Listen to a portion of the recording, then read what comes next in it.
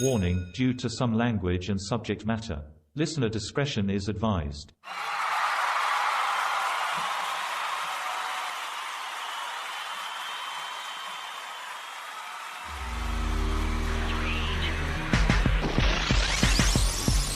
There's a famous quote by C.S. Lewis that says, "Integrity is doing the right thing even when no one is watching."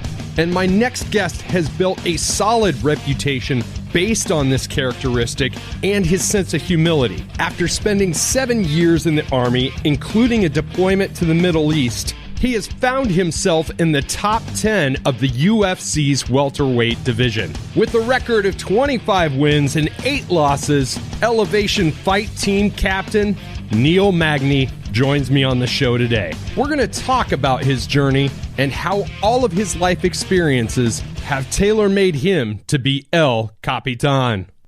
Ladies and gentlemen, this is Caught on the Mic.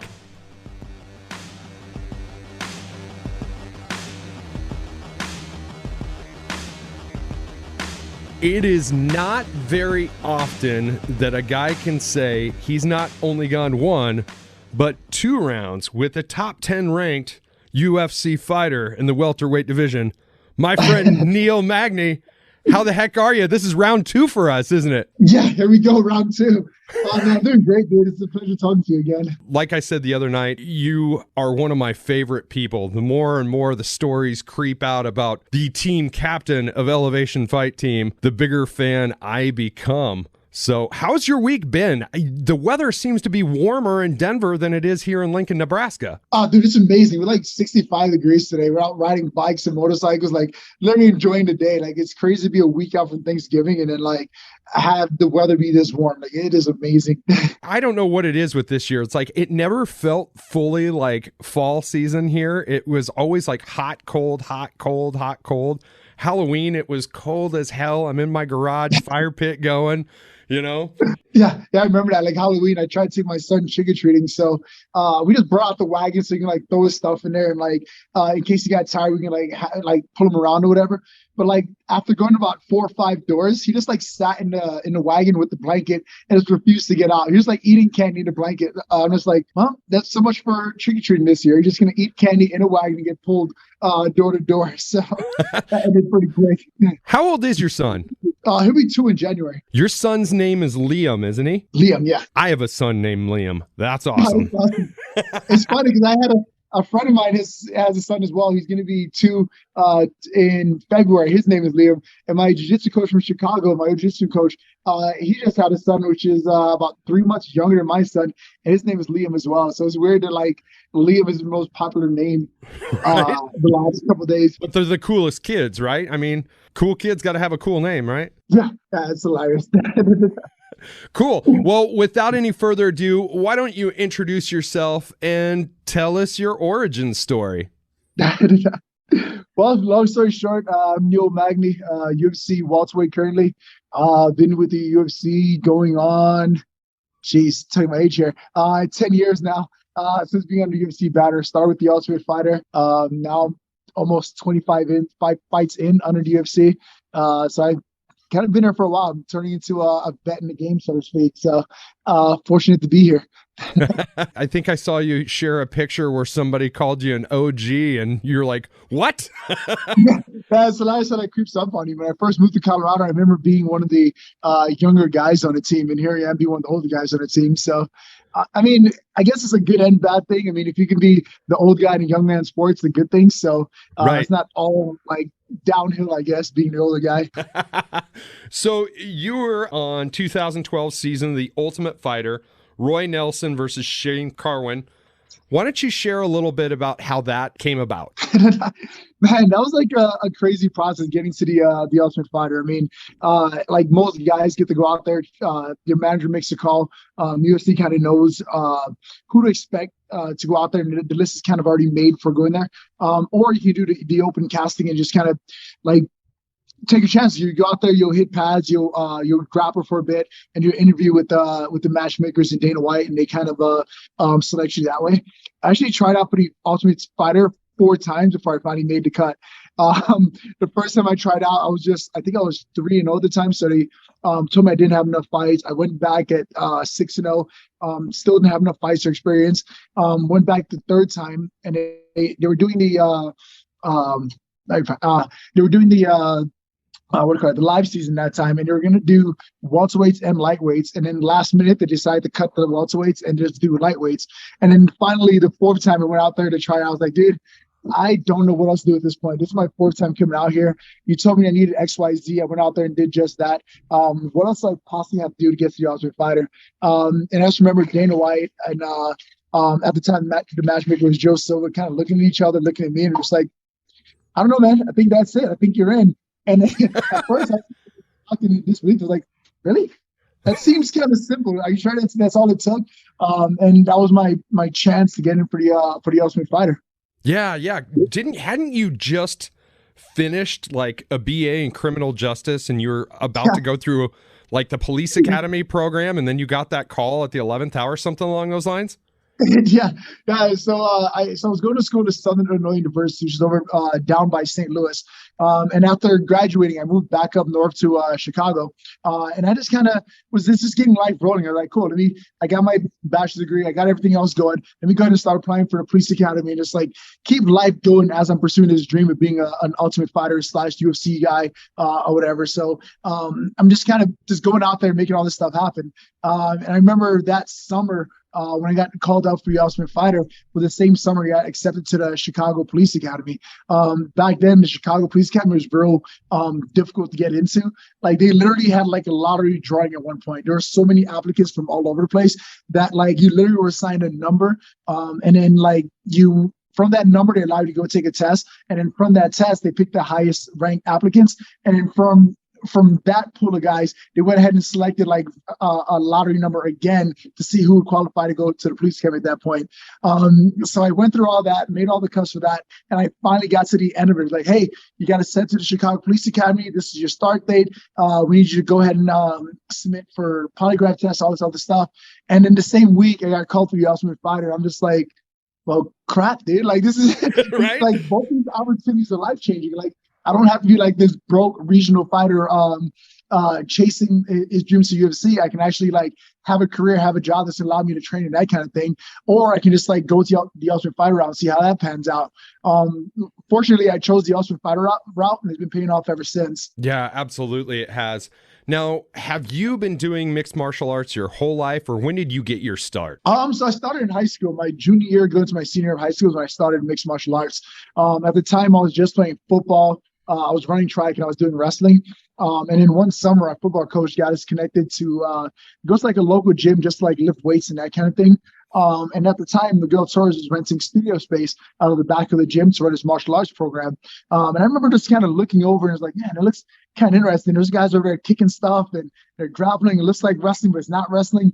So it kind of piqued my interest early on. And I was just kind of like, honestly intimidated at first. I was like, man, it looks really, really fun, but I don't want to get beat up because I know what they're doing kind of thing. And then finally, I just like worked up enough courage to kind of like go over, introduce myself, ask what they were doing, and talk to Miguel Torres about like trying out classes. And literally from that moment, I was kind of hooked to it. I remember my very first experience going to the gym. Miguel was like, yeah, throw these gloves on and we'll start moving around. Like I had no mouth guard, no comp, nothing, dude. I'm just like, sure, I'll throw these gloves on and see what I can do.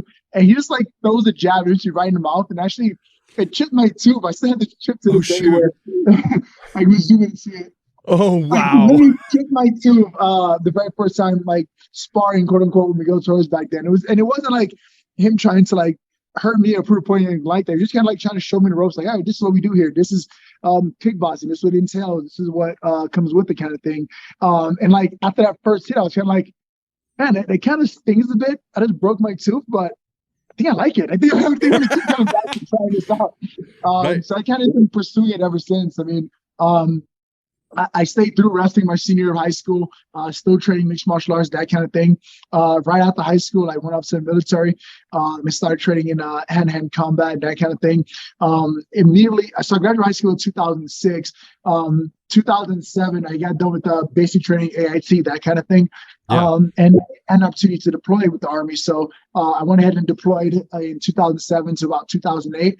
And during that time, it was still the same kind of thing. I was just like finding whoever I can train with to like train martial arts. I was like I found a kickboxer that was in Marines. I found a jiu-jitsu guy that was like this old Green Beret dude, and like whoever I can find to like train with, I was just kind of like making the best with it. And like at times we didn't even have like actual training mats. We were like using those old like puzzle mats, or just like just training in the sand, literally just grabbing in the sand with our like army uniforms on and that kind of thing. So like we didn't have gis, we didn't have like the no gi gear. We literally had like our army uniforms and like whatever we can order or get our family to send us through care packages is what we used to train. Oh wow, man. I couldn't imagine like sparring in the sand in your BDUs in the middle of the Middle East, man.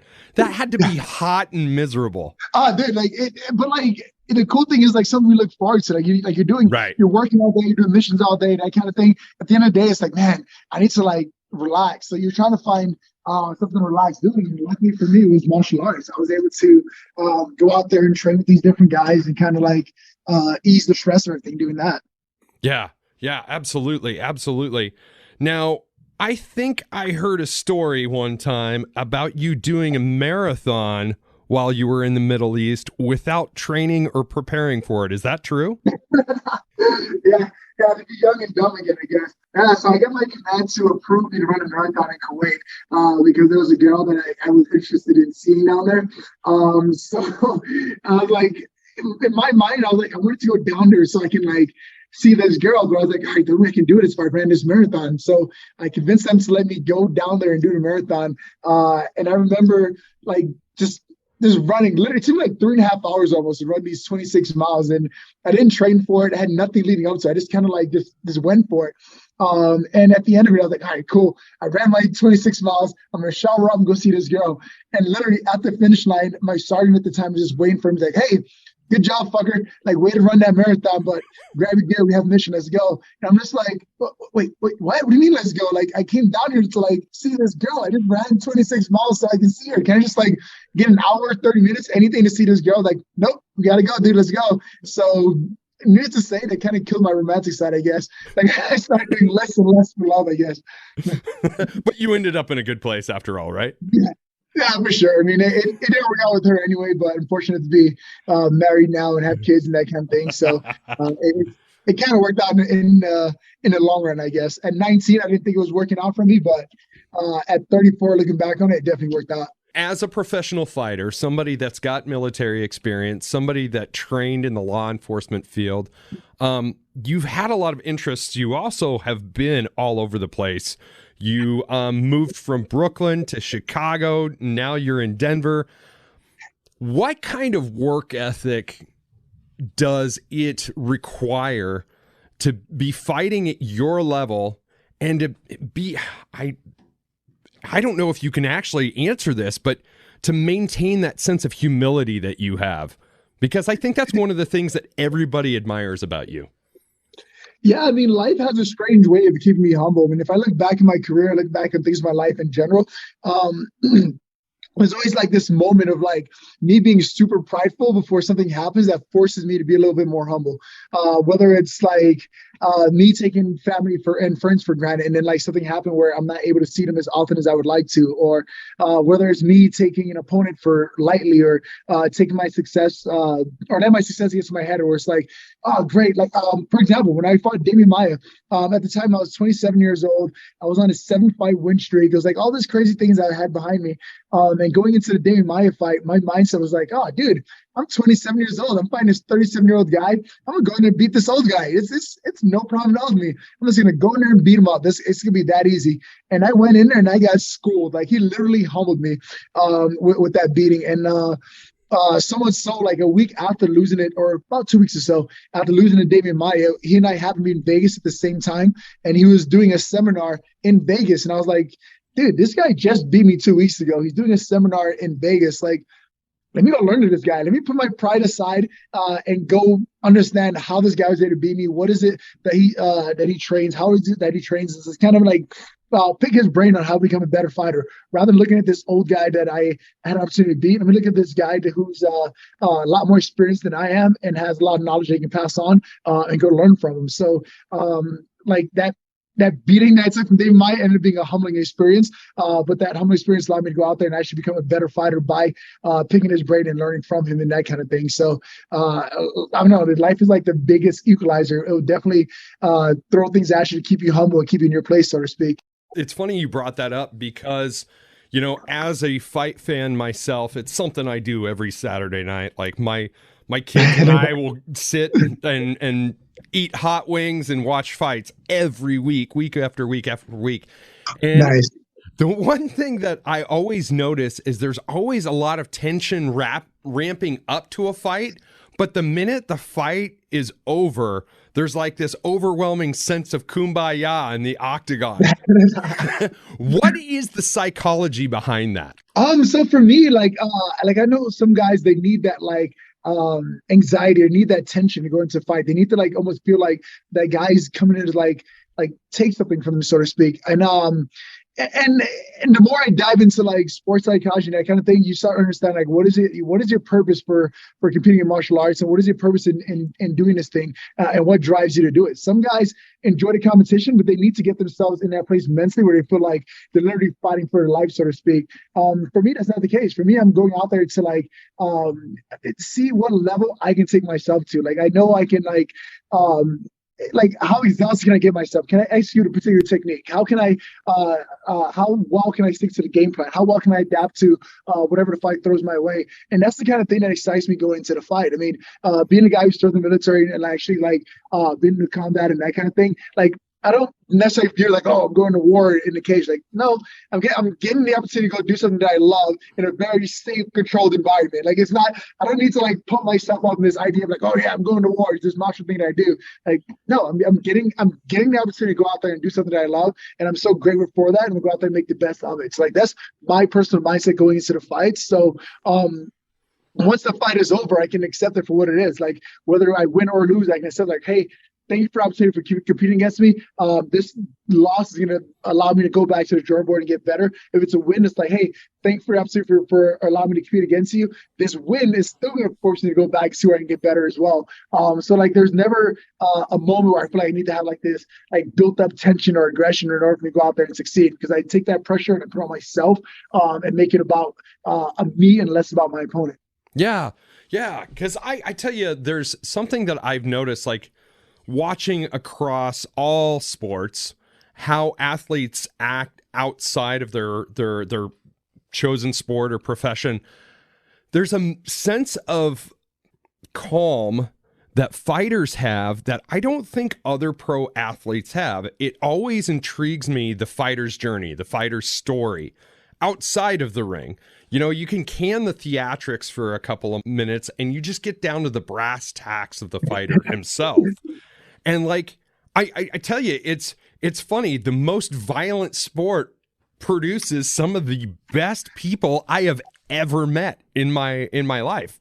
Yeah, I mean, it forces you to be accountable. Like, there's no one else to blame for you to win or lose a fight. Like, yeah, you have your coaches. Yes, you have your training partners, and their job is to like help prepare you as best possible for that fight. When it comes down to it, like, you have no one else to blame for a win or a loss except for yourself, and you have the opportunity to learn and grow from it. One of the things I hate that when fighters say is like, "Oh, I got caught. Oh, I got lucky. Oh, I got this." Like, no, right. Like you got beat. Like, you know what I mean? Like, and that's the way I look at a loss. Like, I got beat. This guy beat me.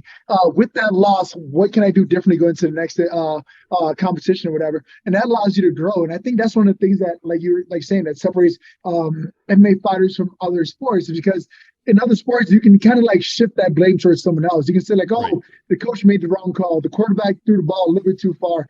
The receiver just was a hair out of line and dropped the ball, or wherever else it may be. So it's easy to point the finger at someone else when it comes down to winning or losing a game. I mean, you look back at that.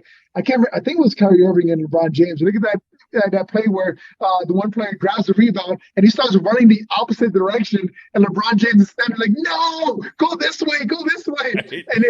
And it also ends up costing him that game or whatever. But like in MMA, we don't have those moments. You don't have someone else to blame when it's all said and done. It's like, hey, my goal is to go out there and win. I did not win. I lost. Or whatever, but in coming up short, what can I do different to ensure that doesn't happen again, or try my best so that it doesn't happen again? And that level of accountability is what brings out the best in a fighter, I believe. That's exactly what I was hoping you'd say. It's the cadence of accountability, and it's a repeat sense of accountability, because if that win happens, that's on you. If that loss happens, that's on you too. For sure. And like one of the things that I carry over from the military, like in the Army, we would call it an AAR, an after action review. So if you were going on a mission and the mission will go well, you would still come back to base and like, hey, what was the mission? What went well? What didn't go well? What can we improve on? And if the mission goes completely south, and it's a tough mission, you still come back and do the same exact thing. So in life, in fighting, and whatever I do, I still kind of have that approach where it's like, all right, cool. Let me go ahead and have I don't necessarily have to like vocalize it or write it out in a chart like we do in the Army, but I can still in my mind like walk myself through an after action review and see what happened. Like, even something as simple as a fight with my wife, like if we had a disagreement or something didn't pan out that way, as much as I want to say like, oh, it was all her fault, she did this, she did that, when tension calm and I'm in a cooler headspace, I'll sit down for myself and think of myself like, man, that was rough. What happened today? How did I go left? How did I go right? What can I do different next time around? And that allows me to actually grow from that experience or whatever. And I just kind of carry that with me no matter where I go. And I kind of pass it on to whatever younger fighter that chooses to be around us. Yeah. Oh man, that's great, because Jocko Willink talks about that in his book and how he applies that to business as well, like doing the AARs to everything in business and just all avenues of life. Just, evaluate, constant self-evaluation. No, it's easy. It's funny because you brought the business aspect. Like in addition to mixed martial arts, like I started getting more into like real estate and that kind of thing. And it's the same kind of idea. Like if on paper I can look at this property and say like, oh, it's worth X amount of dollars. After repair value be worth X amount of dollars, but I need to keep my budget under 50K in order to make 100K of this property. If I tend to go over that budget and I kind of miss my profit margin, it's the same kind of thing. I can apply that principle to that and kind of see like, all right, cool. Next property that I choose to purchase and rehab, whatever else can I do? How can I make sure I stick to that budget as close as possible to maximize my profit earnings at the end of it? So like I said, I mean, that AR mindset, it can like be applied across the board, whether it's a relationship, a sports aspect, a military aspect, or even in business, like you said. It's just constantly there. There's a quote that I heard from you about becoming a better fighter to become better at life. And this kind of falls in line with that, right? 100%, dude. I would always say like, my life made me better at fighting. Fighting makes me better at life. I mean, like I've been through some of the worst things someone can possibly imagine throughout my life, but that allows me to like be a better fighter. Like there's nothing I'm going to face in the cage that's going to be harder than what life has thrown at me already. And in doing that, the lesson I learned in the cage from a loss, from a win, or what else it may be, I can apply that to life. I mean, whether it's me taking a step back and be a little more humble in my approach when I'm dealing with my wife, business partner, coach, or whoever else it may be, that humility can actually help me become a better person in that atmosphere or whatever. How the hell did you get into real estate investing? So it's funny. Like it's something that my grandmother kind of started early on. Like my grandmother was first generation moving from Haiti to America, and she just kind of like, for her it was a huge struggle. Like she tried her hardest to like provide for her children, that kind of thing, when it came through the States. And even though she didn't work like a high corporate office or anything like that, she was able to leverage whatever she earned and reinvest into real estate and provide us a better life, better opportunity. Like my father passed away when I was 6 years old, so my mother was forced to raise 6 kids on her own in New York City. And to help ease that stress that she took on, my grandmother gave her an opportunity through real estate where she was like, hey, I can't provide you with everything, but I can give you a place to stay with your kids and allow you to actually focus on becoming a better mom and allow them a good opportunity at life or whatever. And she was able to do that through real estate. So the older I've gotten, the more I realized like, hey, you know what? Like, I'm not going to be able to fight forever. As much as I enjoy it, as much as I love it, it's just, I just don't see many 50-year-old fighters fighting and doing well. And to make it worse, I've yet to see an MMA fighter who retired and didn't have to do anything afterwards. So between what I see my grandmother do in real estate and just kind of like after career goals for myself that I want to put in place, real estate just seemed to be like right up the alley for that. Like I enjoy doing the process. I enjoy being able to like own a property where like if I choose to give someone a break because I feel like it's the right thing to do, I can do that. Like I can show someone grace through something that I enjoy. So if I have a tenant that, I should say this on air, but like if I have a tenant who's going through a hard time and I say, hey, you know what? This Christmas, don't worry about rent. It's covered. I can choose to do that and bless someone else's life in that manner, or whatever. And I enjoy that aspect of it as well. But the biggest thing is just like finding a hobby that I enjoy and something I can do long after fighting, and something that's provide for me long after fighting is over as well. That's awesome. So are you flipping houses as well? So I have one that I recently flipped, and I'm holding on property as well for the long term. So one of the goals I set for myself is to have X amount of income coming through rental properties when I retire from fighting. So a lot of the properties that I have, I'm kind of and it's real hard when it's a seller's market, so to speak, in order to buy property low, we can actually like build equity into it right away. So for me, a lot of those properties I have to buy where there's like pretty rough condition, and I can fix them up and then and get it to a higher after repair value where I can refinance and pull money out if I need to, or that kind of thing, to leverage for more properties, or just whatever I need to do to like be able to keep this thing going. But the ultimate goal is to have a set amount of residual income being produced through real estate when fighting's over, so I don't have to like drastically change my lifestyle when I'm done fighting because I'm not getting those huge paydays anymore, or whatever it may be. Right. So is the market starting to level out? And this is the last I'll nerd out about this, but no, not really. I mean, it's getting harder and harder to find good deals in Colorado. I mean, there are literally properties that are selling in Colorado sight unseen above asking price, and it's not like $5-6 grand above asking price. Sometimes it's like 40 grand above asking price. Yeah, it's definitely not slowing down anytime soon. But you do run into those deals from time to time that like house is just in rough condition. It's just not appealing to the eye, and someone just needs to get rid of it. Like, hey, I don't have the means or time to repair this house. I just want to like cut my losses and get rid of it. And that's where I can be like, oh, sweet, I'll take it. Dude, it's the same thing here in Nebraska. Like, just as soon, like, stuff is barely hitting the market. It's sold before it's even listed half the time. It's crazy. Crazy stuff. I love that you have this big picture view on life, because, you know, you look at boxing and fighting, you know, pre-MMA. A lot of guys fought way past their prime. And it did long-term damage to a lot of them.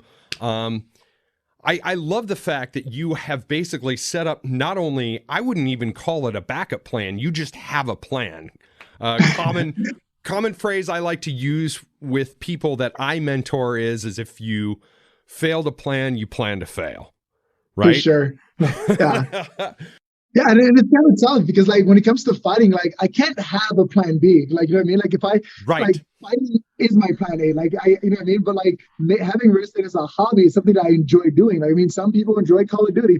I just happen to enjoy swinging a hammer and using my drill. Like, you know what I mean? Like, if I, like, it's a cool process. I mean, there are days that I'm like, man, I'm going to go do something today. And in doing so, like, one of the things I noticed it forced me to do is, like, I'll set my phone down for hours because I'm so focused on getting this particular task done, where if I'm not doing something, it's easy for me to like flip through the phone and see like, oh, so-and-so's doing this, so-and-so's doing that. And I start running through the cycle in my mind. I'm like, oh man, what am I not doing? Or what can I do different? And I start getting anxious or worried about what I shouldn't be doing, rather than like being present, appreciating the moment or whatever. So as much as I enjoy it for the future plan, it does allow me to like, it's kind of disconnect from the day-to-day and focus on something else. Yeah, for sure. So as far as the fighting world goes, what are the big picture plans for Neil Magny? UFC welterweight champion. That is the big picture goal. Like, whatever it takes to get there, I'm going to make it happen. And like I was saying before, I just have to be honest with who I am and assess my goals. Like, am I going to be a John Jones, the youngest ever UFC champion? No, that's already past me. You know what I mean?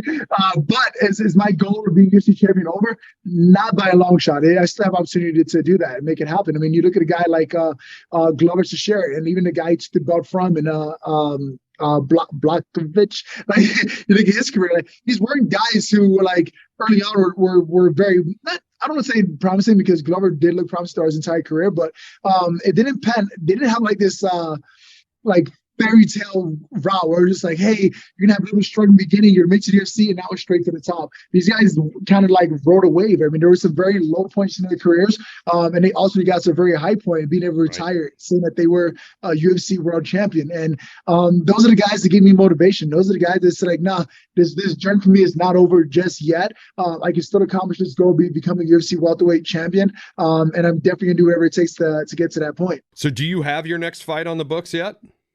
I did, and then it slipped through my fingers because of injury. Like, I'm in this weird position, like where if the number 10 guy gets a fight against the number 4 guy, why should he mess around and fight the number 8 guy? Like if I were him, I'd skip the line as well.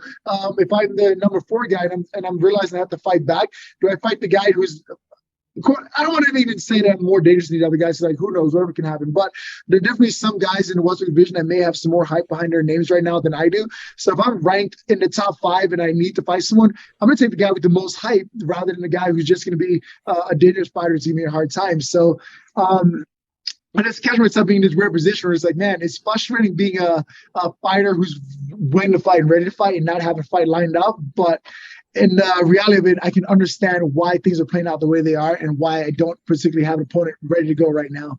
Yeah, speaking specifically to that, a couple of weeks ago, I saw a few news items, maybe heard you on another podcast where you mentioned a certain Chimaev.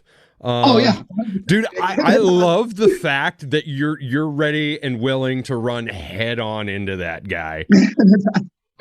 Yeah, like I said, it's one of those things I have to face it for what it is. I mean, and this is like when I first started doing, like, I mean, I'm 16 years into this game now. When I first started competing martial arts and MMA, like we didn't have Conor McGregor's. We didn't have these superstars that were able to like sell themselves like this image or whatever, where guys like, oh yeah, I want to see that guy fight for the title next. We had gritty guys that just went out there and fought their butts off. I mean, Miguel Torres was like 49-1 at one point. You know how much you have to fight to be 49-1? That's a lot of fights. I mean, you're averaging 6, 7, 8 fights a year at that point to get to that point. Right. Guys like Matt Hughes wasn't a guy that was out there like talking a lot. He was just a fierce competitor, and he went out there, got the job done, and people loved his attitude. But over the last 5, 6, 7 years or so, there was a shift in mixed martial arts where these stars started emerging based off not just how they performed in a cage, but like the persona they were able to sell as well. Like, you know what I mean? And that's something that I haven't invested much time into. And at this point in my career, I don't see myself doing it either. So I'm still in that old school mentality. Like, whoever had to fight in order to get to where I'm trying to go, line them up. I'm ready to fight that person. If it means fighting Chimaev or whomever else, like, go ahead and double book me. I'm ready to fight those guys now. Like, I don't want to wait any longer than I have to fight.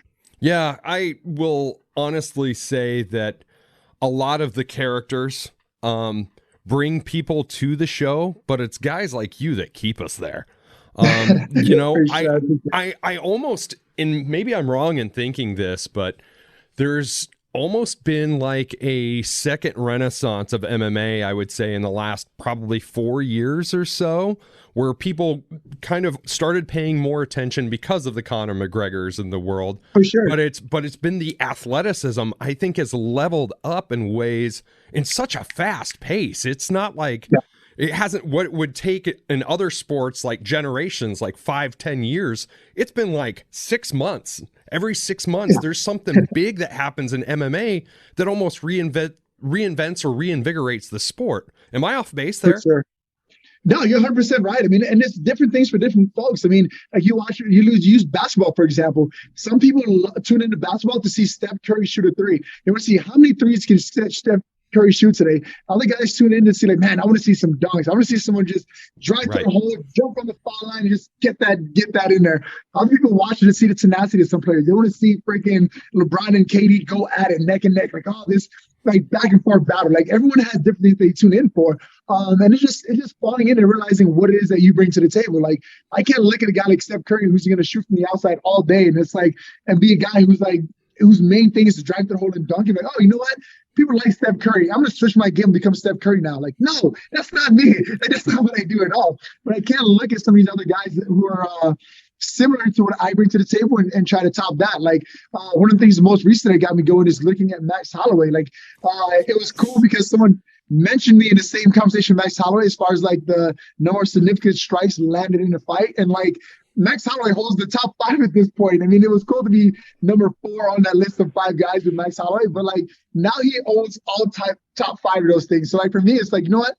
I have a gas tank. I have the ability. Like I'm gonna go out there and like try to start chipping away some of these records that Max Holloway set. He set a new bar for high output fighters and volume fighters. And if I mean, honest with myself, that's what I am. I'm a high output guy. I'm a high volume guy. I look to try to break my opponents using that volume. So it wouldn't be wise for me to like think at 34 years old and become like this crazy power puncher all of a sudden. Like, no, I'm going to use that volume to get the success. I'm going to use that high output to get that success. So being able to look at a guy like Max Holloway, being motivated by that, like, all right, cool. That's the bar. I'm going to land 400 shots this fight, or that's my goal. If my opponent happens to fall at 300, great. But my goal is to go out there and land 400 shots. Right. Yeah, that's funny because I heard that. I heard that on commentary when I was watching the fights this last weekend. I was like, dude, I'm talking to Neil next week. This is great. Were you in Vegas last week? Yeah, so I actually flew out to Vegas. There was a jiu-jitsu event through High Rollers where they're like honoring veterans. So like an all veteran card of jiu-jitsu matches. And I was able to fly out for that and do some commentating for High Rollers. And it was actually a pretty cool opportunity to be out there. I mean, I didn't realize that the fight card would be so early. Otherwise, I would have like booked my flight earlier in the day that way I can go to the UFC event and the High Rollers event. But that was just bad planning on my part, I guess. I'm not going to lie. I already knew you were in Vegas. I saw a picture on Anthony Smith's Instagram of you and him rocking the plaid. And Anthony's done my show, and he's a Nebraska guy, too. I love that guy. So that's awesome. Great. Yeah, for sure. So what is your advice for somebody that wants to get into mixed martial arts, jiu-jitsu, or any form of martial arts in general? The biggest thing is just finding the gym that suits you. I mean, when it comes down to it, like anyone can go out there and teach you how to do an armbar, but no one's going to embrace you and like give you that family vibe. And you're not going to connect with everybody else. But to be successful in this journey and enjoy this journey, you're going to have a good group of people around you. So like it's almost like you have the date to find the right coach and find the right jiu-jitsu or kickboxing gym, because like some like every style is not going to suit every individual. There's some guys who like that militant style train, like, hey, get in there, 1,000 push-ups, let's go. And there's other guys that like that warm embrace, like, hey, how are you doing? How was work? How's the family? All right, cool, let's go train some jiu-jitsu. So depending on what kind of individual you are, there's going to be a different academy or different coach that's going to kind of meet your needs as an individual. And that's going to kind of determine whether you love the sport or whether you just do it as something that like you're doing to stay in shape. Like, I mean, if you just want to stay in shape, don't do jiu-jitsu, don't do kickboxing, just go run a treadmill. But if you're looking at something to like actually challenge you and help you grow, go ahead and try some of these academies out. I mean, I use the term dating because it's like, you're just gonna bounce around and see what suits you, but like, go ahead and try these places out. Try to get that warm embrace where people make you feel welcome. People are gonna challenge you. People are gonna tell you how it is. I mean, I had a wrestling coach in Lisa Bowling who never let me get away with like doing things half-assed or not to the standard. Like I can remember going to sparring with certain days and like not necessarily looking the best, and he'll come up to me afterwards and ask like, hey man, what's going on? You look so good today. Oh no, he didn't say that. He's like, hey, what's going on? I'm like, oh, whatever, it's a little fatigued. And like, oh, cool, well, you look like crap today, so make sure you get some rest at home and do whatever it takes to not look like that come Monday. And they're like, all right, thank you, coach. I'm gonna take that with a grain of salt. Do have to do a little better next training session, but that approach may not work for somebody. Like somebody may need someone like, hey, you don't look so good today.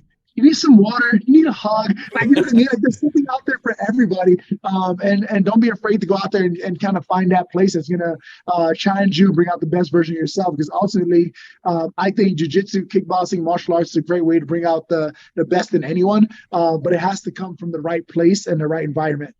That's amazing. So that's words of wisdom from Neil Magny, the fighter. Now, the OG. So what about Neil Magny? What are your words of wisdom with life? Oh man, I mean, and it kind of goes the same way. I mean, just having that group of friends that are around you that are going to support you either way. Like the guys in my life, they don't tell me what I want to hear. They tell me what I need to hear. Like Austin Hubbard is the guy who I truly value in my life at all times. Like I remember at one point I was kind of like to my own horn a bit, like, man, I won every fight I was supposed to win. Every time I'm a young dog, I come on, I shine, I just like blow my opponent out of the water. And without even missing a beat, Austin Hubbard replies like, "Yeah, but you lose every fight you're supposed to win." And and I was just like, "Oh my God, dude, that hurts."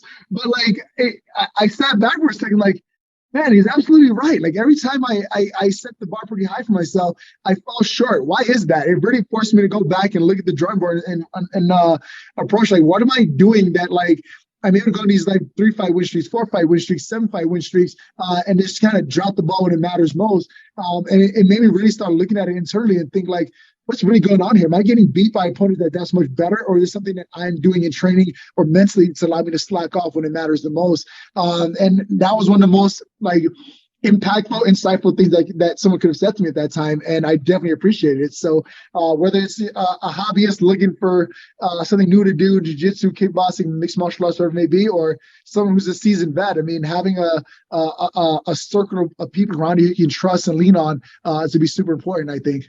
Oh, man. Great words, my friend. Neil Magny, you are in the top 10 of the welterweight division. You are in the top 5 of great people I have ever talked to. No, seriously. Man, I've thoroughly enjoyed this. I'm excited for whatever's coming next for you, whether it be in the UFC or if it's a home improvement reality show on the Discovery Channel. I'm hoping it's maybe also the latter. But hey, thanks for doing the show, man. The world's a better place with you in it. Thank you. I appreciate it so much. Thank you. I don't know who I need to talk to. Chip, Joanna Gaines, Discovery Channel, whoever, Learning Channel. I want to see Neil Magny have his own home improvement show. But seriously, that was a fantastic time talking to a great guy, an excellent fighter, and coincidentally enough, he was sparring with Austin Hubbard before he jumped on the podcast, and I messaged Austin, and hopefully we can make a future episode with both of them at the same time happen. If you're not already following him, follow Neil Magny on Instagram, Neil_Magny170. That is his username. Give him a like and follow. And while you're following people, please follow me on TikTok, Instagram, Facebook, and wherever your favorite social media exists. Also, I'm always asking for that 5-star review on Apple Podcasts. Visit me at www.caughtonthemic.com. All episodes are available there. This has been Caught on the Mic with Michael Clark. Till next time, thank you.